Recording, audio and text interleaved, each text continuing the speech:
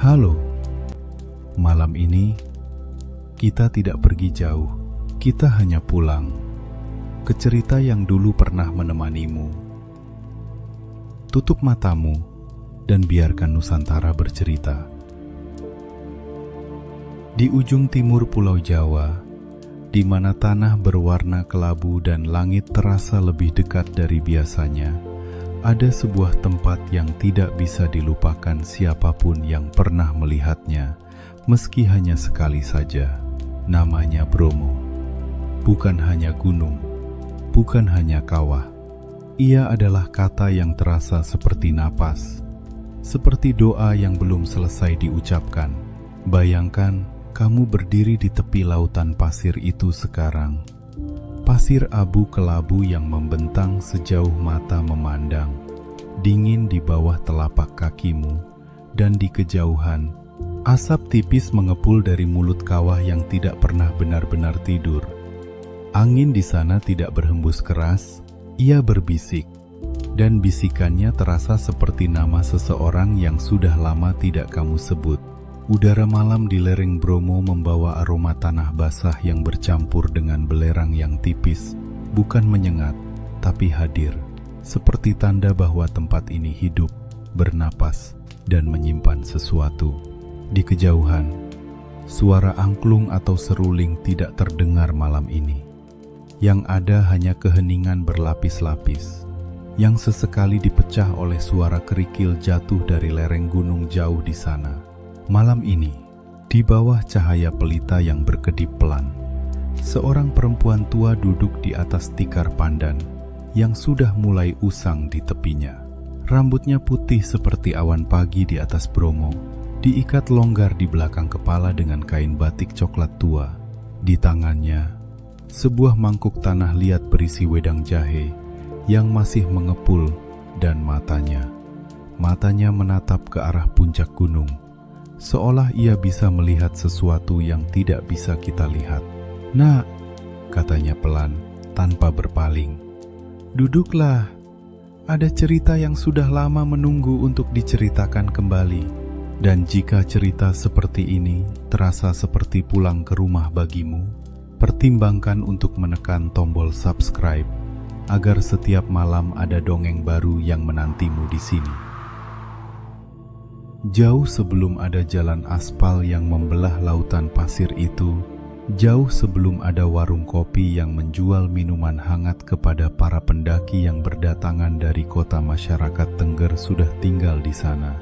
Mereka adalah orang-orang yang lahir dari gunung, yang tumbuh dengan bau belerang di pagi hari dan bintang-bintang yang tampak begitu besar di malam hari seolah bisa dijangkau dengan tangan. Kehidupan di dataran tinggi Tengger tidak mudah. Tanah yang subur tapi dingin, angin yang bertiup tajam di musim kemarau, dan panen yang bergantung pada curah hujan yang tidak selalu bisa diprediksi. Tapi orang-orang Tengger tidak pernah mengeluh. Mereka percaya bahwa gunung adalah leluhur mereka, bukan musuh. Dan karena itu, mereka hidup dalam keseimbangan yang dijaga dengan sangat hati-hati antara keinginan manusia dan kehendak alam. Di tengah masyarakat itulah, seorang perempuan bernama Rara Anteng tumbuh besar. Ia bukan perempuan yang luar biasa dalam cara yang mencolok. Ia tidak mempunyai kesaktian yang tampak, tidak memakai perhiasan emas, tidak bersuara keras di tempat umum. Tapi ada sesuatu dalam cara ia berjalan yang membuat orang-orang berpaling, langkahnya lambat tapi pasti. Seperti air sungai yang tidak pernah ragu menuju muara. Matanya selalu tampak sedang memikirkan sesuatu yang jauh, sesuatu yang tidak ada di depannya, tapi tetap bisa ia rasakan kehadirannya. Rara Anteng mencintai tanah tempatnya berdiri. Bukan dengan cara yang ia ucapkan dengan kata-kata, tapi dengan cara ia selalu berhenti sejenak setiap pagi di depan pintu rumahnya, memandang puncak Bromo, merasakan angin menyentuh wajahnya, beram, lalu menarik napas dalam-dalam. seolah ia sedang mengisi dirinya dengan sesuatu yang tak bisa dibeli dari pasar manapun. Di sisinya, selalu ada Joko Seger, suaminya, seorang laki-laki yang lebih banyak berbicara melalui tindakan daripada kata-kata. Tangannya kasar karena kerja keras, tapi genggamannya selalu terasa hangat. Ia adalah orang yang tidak pernah meninggalkan istrinya, berdiri sendirian menghadapi apapun. Entah itu badai, entah itu kesedihan, entah itu keheningan, yang kadang terasa lebih berat daripada suara apapun. Mereka sudah lama menikah, dan di antara semua yang mereka miliki, rumah yang sederhana, kebun yang subur, rasa hormat dari warga desa, ada satu hal yang belum hadir. Satu ruang kosong yang tidak pernah mereka bicarakan keras-keras, tapi selalu terasa seperti kursi kosong di meja makan yang selalu mereka siapkan tapi tidak pernah ada yang mendudukinya. Mereka belum dikaruniai seorang anak. Di tengah pemandangan yang menawan itu, ada satu momen dalam kisah ini yang tidak pernah dilupakan siapapun yang pernah mendengarnya. Suatu malam, ketika bulan bersembunyi di balik awan tebal dan hanya bintang-bintang kecil yang berani menembus kegelapan, Rara Anteng berjalan sendirian menuju tepi lautan pasir. Ia tidak membawa obor. Ia tidak memakai sandal. Tapak kakinya merasakan dinginnya pasir abu-abu yang lembut itu satu persatu, seperti ia sedang berjalan di atas sesuatu yang suci. Sampai di tepi, ia berhenti, memandang ke arah kawah yang mengepul di kejauhan. Lalu perlahan, tanpa suara, ia menengadahkan kedua tangannya. Ia berdoa, bukan dengan kalimat yang indah, bukan dengan hafalan yang diulang-ulang. Ia hanya membuka dirinya, seluruh dirinya, kepada alam yang berdiri di hadapannya. Ia menyerahkan kerinduan yang selama ini ia simpan rapat-rapat di dalam dadanya. Kerinduan untuk memeluk seseorang yang memanggil namanya dengan suara kecil. Kerinduan untuk mendengar langkah-langkah kaki kecil di lantai tanah rumah mereka. Angin malam membawa doa itu naik perlahan, menggulung seperti asap kawah yang tidak pernah berhenti bergerak ke langit, dan malam itu terasa seperti langit sedang mendengarkan. Bayangkan kamu berdiri di tempat yang sama dengan dia, di bawah langit yang sama, merasakan angin yang sama di wajahmu. Joko Seger tidak tertidur malam itu. Ia tahu kemana istrinya pergi. Ia tidak mengikuti, bukan karena ia tidak peduli, tapi karena ia tahu ada doa-doa yang harus disampaikan sendirian, tanpa saksi, hanya antara hati dan langit. Ia duduk di depan pintu, memeluk lututnya, menatap gelap. Di dalam dadanya ada perasaan yang sama kuatnya dengan perasaan istrinya. Kerinduan itu bukan hanya milik seorang perempuan. Ia ada di dalam dirinya juga, mengendap di bawah lapisan ketegarannya seperti air di bawah tanah. Tidak terlihat, tapi selalu ada, selalu mengalir. Ketika Rara Anteng pulang dengan kaki yang dingin dan mata yang sedikit berkaca, Joko Seger tidak berkata apa-apa. Ia hanya membuka tangannya, dan istrinya duduk di sampingnya, menerima kehangatan itu. Mereka duduk berdua di depan pintu sampai fajar mulai menyingsing di balik punggung Bromo, warna emas kemerahan yang muncul perlahan, seperti jawaban yang tidak terburu-buru tapi pasti akan datang. Tidak semua keputusan terasa benar saat dibuat, tapi beberapa keputusan baru terasa benar bertahun-tahun kemudian. Ada yang berubah hari itu. Meski tidak ada yang bisa menyebutnya dengan tepat, hari-hari setelah malam, doa itu membawa perubahan yang lembut, bukan perubahan yang bisa diukur atau dihitung, tapi terasa seperti ketika musim berganti. Tidak ada satu hari yang tiba-tiba berbeda, tapi suatu pagi kamu terbangun dan menyadari bahwa udara sudah tidak sama lagi. Burung-burung yang biasanya tidak tampak di sekitar rumah mereka mulai muncul, bertengger di dahan-dahan pohon Kamboja yang tumbuh di halaman. Suara mereka bukan kicauan biasa. Ada irama di sana yang terasa seperti lagu tanpa kata. Kebun mereka tampak lebih hijau. Tanah terasa lebih hidup di bawah tangan Joko Seger dan Rara Anteng.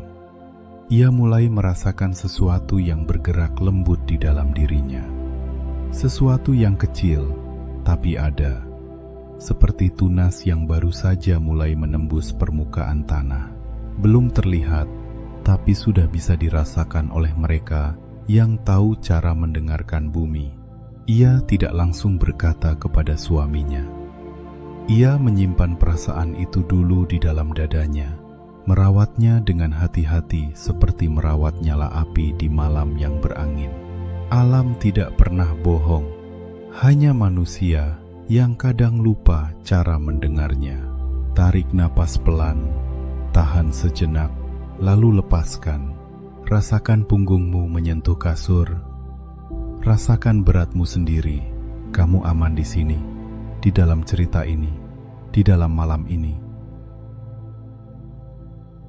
Mungkin kamu pernah mendengar nama ini dalam mimpi. Nama yang terasa seperti milikmu, meski kamu belum pernah memanggilnya.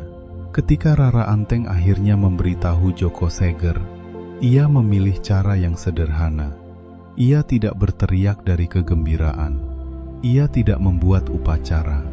Ia hanya menarik tangan suaminya dan mendekapkannya ke perutnya dan diam. Joko Seger diam juga, lama sekali. Lalu ia menunduk. Dan satu bulir air mata jatuh di punggung tangannya sendiri. Air mata yang ia tidak usahakan ditahan, tapi juga tidak ia biarkan berlebihan. Hanya satu bulir, seperti embun yang jatuh dari daun pisang di pagi hari. Satu saja, tapi bermakna. Bromo mendengar kita, bisiknya akhirnya. Rara Anteng tidak menjawab, ia hanya mengangguk. Dan keduanya duduk dalam keheningan yang paling indah yang pernah mereka rasakan bersama. Keheningan yang penuh, bukan kosong. Warga desa perlahan mengetahui kabar itu, dan sukacita memancar dari satu rumah ke rumah lain seperti cahaya pelita yang dinyalakan satu persatu di malam yang panjang. Tetua desa mengatakan bahwa kelahiran yang dinantikan selalu membawa berkah, bukan hanya bagi yang menunggu, tapi bagi seluruh tanah tempat mereka berdiri. Dan tanah itu, tanah Tengger di kaki Bromo, terasa hangat hari itu. Seperti gunung itu sendiri ikut tersenyum. Tidak ada yang tahu bahwa malam itu akan mengubah segalanya. Kebahagiaan itu berlangsung lama. Bulan-bulan berlalu dengan perasaan yang ringan, dengan langkah-langkah yang terasa lebih mudah, dengan matahari yang terasa lebih hangat dari biasanya. Tapi kemudian datanglah suatu malam yang berbeda. Awan gelap berkumpul di atas puncak Bromo bukan seperti awan hujan biasa. Mereka berkumpul dengan cara yang membuat bulu kuduk berdiri. Angin berhenti berhembus sejenak, lalu kembali dengan lebih berat, membawa sesuatu yang sulit diterjemahkan, sesuatu yang terasa seperti peringatan. Rara Anteng terbangun dari tidurnya. Ia tidak tahu apa yang membangunkannya. Tidak ada suara, tidak ada gerakan, hanya perasaan bahwa langit sedang bersiap untuk mengatakan sesuatu. Joko Seger sudah terjaga juga. Mereka saling menatap dalam kegelapan kamar mereka, tanpa berkata-kata. Di luar, tetua desa berdiri di halaman tengah desa dengan wajah yang tenang namun berat. Ia memandang puncak gunung lama sekali sebelum akhirnya berkata kepada warga yang mulai bermunculan. Alam tidak pernah berubah tanpa tujuan. Setiap tanda memiliki maknanya. Kita tunggu, kita jaga hati kita tetap bersih.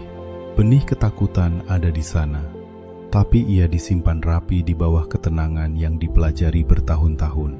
Dan kamu juga punya gunung seperti itu. Gunung yang hanya bisa kamu daki sendirian.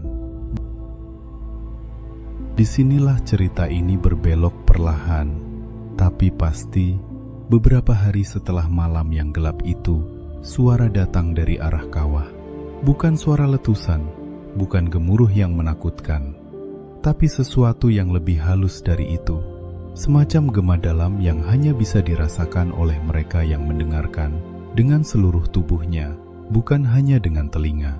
Seperti ketika kamu meletakkan telingamu di tanah dan merasakan denyut bumi dari bawah. Ada di sana, ada dan nyata, meski tidak semua orang bisa menangkapnya. Tetua desa yang paling tua dari seluruh warga Tengger berdiri di tepi lautan pasir sendirian selama waktu yang lama. Ketika ia kembali, wajahnya berbeda. Ia mendatangi rumah Rara Anteng dan Joko Seger. "Gunung sudah berbicara," katanya perlahan. Duduk di depan pasangan itu dengan cara yang membuat keduanya merasa bahwa apa yang akan dikatakan selanjutnya membutuhkan seluruh keberanian yang mereka punya. Ia telah mendengar doa kalian. Ia telah memenuhi permohonan kalian. Tapi ada harga untuk setiap hadiah yang besar. Ada tanggung jawab yang datang bersama setiap anugerah. Rara Anteng menggenggam tangan suaminya. Tidak erat-erat, hanya memastikan bahwa tangan itu ada di sana. "Katakan," kata Joko Seger dengan suara yang lebih rendah dari biasanya. Dan tetua desa pun bercerita, "Rasakan bebanmu perlahan mengendur bahu yang tadi tegang. Kini turun sedikit. Kamu tidak perlu memegang apapun terlalu keras malam ini. Biarkan malam menjagamu. Kisah ini belum selesai, tapi kamu boleh beristirahat sejenak di dalamnya."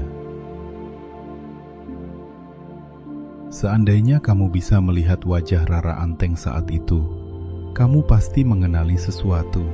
Kata-kata tetua desa mengalir pelan ke dalam ruangan yang hening itu seperti air dingin mengisi sebuah bejana. Perlahan, tapi terasa beratnya. "Gunung Bromo," kata sang tetua, "adalah penjaga yang hidup. Ia bukan sekadar tanah dan batu. Di dalamnya berdiam kekuatan yang sudah ada jauh sebelum manusia pertama menginjakan kaki di dataran tinggi Tengger.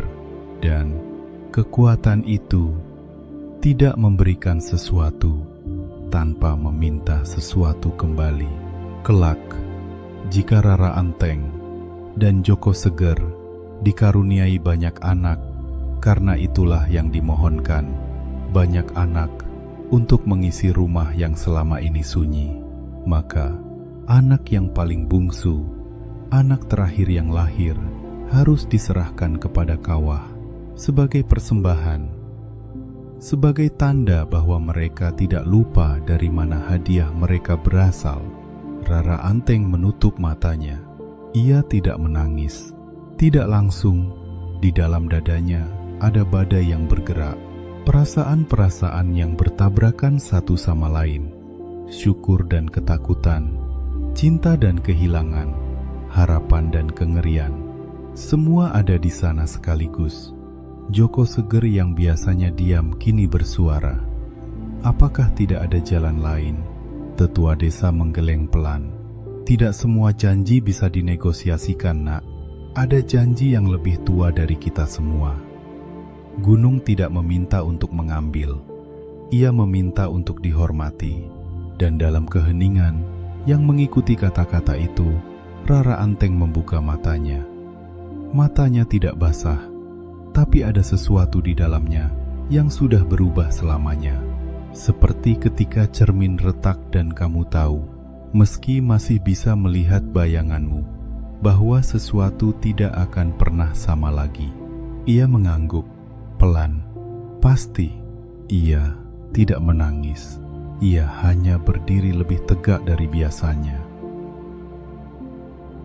Dahulu kala, di sebuah tempat yang kini hanya diingat oleh angin, janji itu tersimpan di dalam hati mereka seperti batu di dasar sungai. Selalu ada, selalu terasa, tapi tidak selalu tampak di permukaan. Tahun-tahun berlalu, dan Bromo menepati bagiannya dari janji itu. Satu persatu, anak-anak lahir ke dunia pasangan Rara Anteng dan Joko Seger. 2, 3, 5, 7. Rumah yang dulu sunyi menjadi penuh dengan suara tawa, pertengkaran kecil, tangisan, dan nyanyian. Lantai tanah rumah itu sekarang penuh dengan jejak-jejak kaki kecil. Meja makan mereka tidak pernah lagi punya kursi kosong. Rara Anteng merawat setiap anak dengan cinta yang tidak pernah berkurang meski dibagi ke banyak hati. Ia hafal wajah setiap anaknya, bahkan di kegelapan total. Ia tahu cara tangisan mana yang berarti lapar, mana yang berarti takut, mana yang hanya butuh dipeluk. Dan di setiap kelahiran baru, ia selalu merasakan dua hal sekaligus: kebahagiaan yang meluap-luap, dan di bawahnya, seperti akar pohon yang mencengkeram tanah, rasa tahu bahwa hitungan itu terus bertambah, bahwa suatu hari angka terakhir akan tiba. Joko Seger tidak pernah membicarakan janji itu keras-keras, tapi Rara Anteng tahu suaminya memikirkannya juga. Ia bisa melihatnya dari cara pandang Joko Seger berubah setiap kali mereka menerima kabar tentang kehamilan baru. Ada kegembiraan yang nyata, dan di belakang kegembiraan itu, bayangan yang diam-diam mengikuti. Tanah tempat ia berdiri terasa berbeda sekarang, atau mungkin ia sendiri yang sudah berbeda. Ini adalah bagian dari kisah yang paling sulit untuk diceritakan. Ketika anak yang ke-25 lahir, ya, 25, rumah mereka terasa seperti desa kecil tersendiri. Suara anak-anak memenuhi setiap sudut, setiap pagi adalah keriuhan yang hangat, setiap malam adalah kasur yang penuh dengan tubuh-tubuh kecil yang berbagi kehangatan. Anak yang ke-25 itu diberi nama Kesuma. Ia lahir di fajar, ketika cahaya pertama menyentuh puncak Bromo dan mengubahnya menjadi emas. Ia lahir dengan mata yang terbuka lebih cepat dari bayi-bayi sebelumnya, seolah ia sudah tidak sabar untuk melihat dunia. Kulitnya hangat seperti tanah setelah hujan, dan tangisannya, suaranya tidak seperti tangisan, lebih seperti panggilan. Rara Anteng mendekapnya di dadanya dan tidak mau melepasnya lama sekali. Joko Seger berdiri di sudut kamar, memandang istrinya dan anak bungsunya dengan ekspresi yang tidak bisa disebutkan dengan satu kata saja. Bukan sedih, bukan bahagia, sesuatu di antara keduanya. Sesuatu yang hanya bisa dirasakan oleh mereka yang pernah mencintai seseorang dengan tahu bahwa cinta itu akan diuji. Di luar kamar, warga desa sudah tahu. Tetua desa duduk di bawah pohon beringin tua di dekat rumah mereka, menunggu, tidak memaksa, tidak berkata apa-apa, hanya menunggu, dengan cara yang menunjukkan bahwa ia memahami bahwa beberapa hal tidak bisa terburu-buru. Tidak semua keputusan terasa benar saat dibuat, tapi beberapa keputusan baru terasa benar bertahun-tahun kemudian. Dengarkan napasmu sendiri sebentar. Kamu sudah jauh hari ini, sudah merasakan banyak hal, sudah berjalan jauh di dalam cerita ini, dan kamu layak untuk beristirahat. Biarkan bahu itu turun, biarkan rahang itu mengendur. Kamu aman. Ada satu momen dalam kisah ini yang tidak pernah dilupakan siapapun yang pernah mendengarnya. Malam sebelum mereka harus menepati janji itu, Rara Anteng tidak tidur. Ia duduk di samping Kesuma yang tertidur di tikar bambu, memandang wajah anak bungsunya dalam cahaya pelita yang berkedip. Ia menghafal setiap lekukan wajah itu. Alis yang sedikit tebal, bibir yang sedikit terbuka saat tidur, cara jari-jari kecilnya menggenggam selimut lusuh meski tidak ada yang digenggam. Ia tidak menangis. Ia melewati titik di mana air mata bisa membantu jauh sebelum malam ini. Yang ia lakukan hanyalah hadir, sepenuhnya hadir, memberikan seluruh perhatiannya kepada satu malam ini, kepada satu anak ini, kepada keheningan yang hanya ada di antara seorang ibu dan anaknya yang sedang tidur. Joko Seger masuk ke ruangan itu pada tengah malam. Ia duduk di sisi lain Kesuma, dan keduanya duduk mengapit anak bungsu mereka dalam keheningan yang begitu penuh sehingga terasa padat. "Apakah aku seorang ibu yang baik?" tanya Rara Anteng akhirnya, tanpa memandang suaminya. Joko Seger diam lama. "Kamu adalah ibu yang paling baik yang pernah aku kenal," katanya akhirnya. "Dan besok kamu akan melakukan hal yang paling berat yang pernah dilakukan oleh ibu manapun." Dua hal itu tidak saling meniadakan. Rara Anteng mengangguk pelan, mengusap rambut Kesuma yang lembut dengan telapak tangannya. Dan mungkin itulah yang namanya cinta yang sesungguhnya. Bukan yang paling keras, tapi yang paling sabar. Bayangkan kamu berdiri di tempat yang sama dengan dia, di bawah langit yang sama. Pagi itu, saat matahari baru setengah menampakkan diri di ufuk timur, rombongan Rara Anteng dan Joko Seger mendaki lereng Bromo dengan langkah yang berat. Kesuma digendong di punggung ibunya. Ia tidak menangis. Anak itu memandang sekeliling dengan mata besarnya, melihat kabut yang bergulung di antara batu-batu besar, melihat asap yang mengepul dari kawah di kejauhan. Seperti sedang menikmati sebuah perjalanan yang tidak ia mengerti sepenuhnya, tapi terasa penting. Rara Anteng mendaki tanpa berkata-kata. Kakinya mengenal setiap batu di lereng ini. Ia sudah mendaki gunung ini ratusan kali, tapi tidak pernah seperti ini. Di belakang mereka, warga Tengger berjalan mengiringi. Doa-doa dilantunkan dalam bahasa yang sudah ada sebelum siapapun di sana lahir. Bau kemenyan yang tipis mengalir di antara kumpulan manusia itu, bercampur dengan udara dingin yang menusuk hingga ke tulang. Saat mereka mencapai tepi kawah, angin berhenti sejenak. Kabut tipis menyelimuti puncak seperti pelukan. Rara Anteng berdiri di sana, merasakan getaran gunung di bawah telapak kakinya. Ia menurunkan Kesuma dari punggungnya, mendudukkannya di tanah yang dingin, memandang wajah kecil itu untuk terakhir kalinya dengan jarak yang dekat. "Kamu bukan milikku saja," bisiknya kepada anaknya. "Kamu milik tanah ini, milik gunung ini, milik semua orang yang akan lahir setelahmu." Kesuma menatap wajah ibunya, dan sesuatu di dalam tatapan anak itu seperti pengertian yang tidak semestinya ada di mata sekecil itu.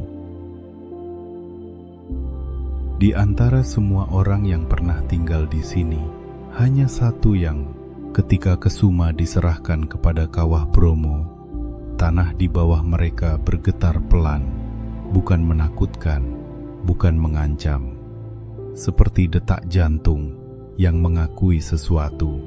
Asap dari kawah berubah bentuk sebentar, bergulung ke atas dalam pola yang tidak biasa, seperti tangan yang terentang ke langit, dan kemudian kembali normal. Rara Anteng berdiri di tepi kawah dengan tubuh yang tidak bergerak, tapi di dalamnya, di dalam dirinya yang paling dalam, sesuatu bergerak terus, seperti api yang tidak padam meski angin sudah berhenti.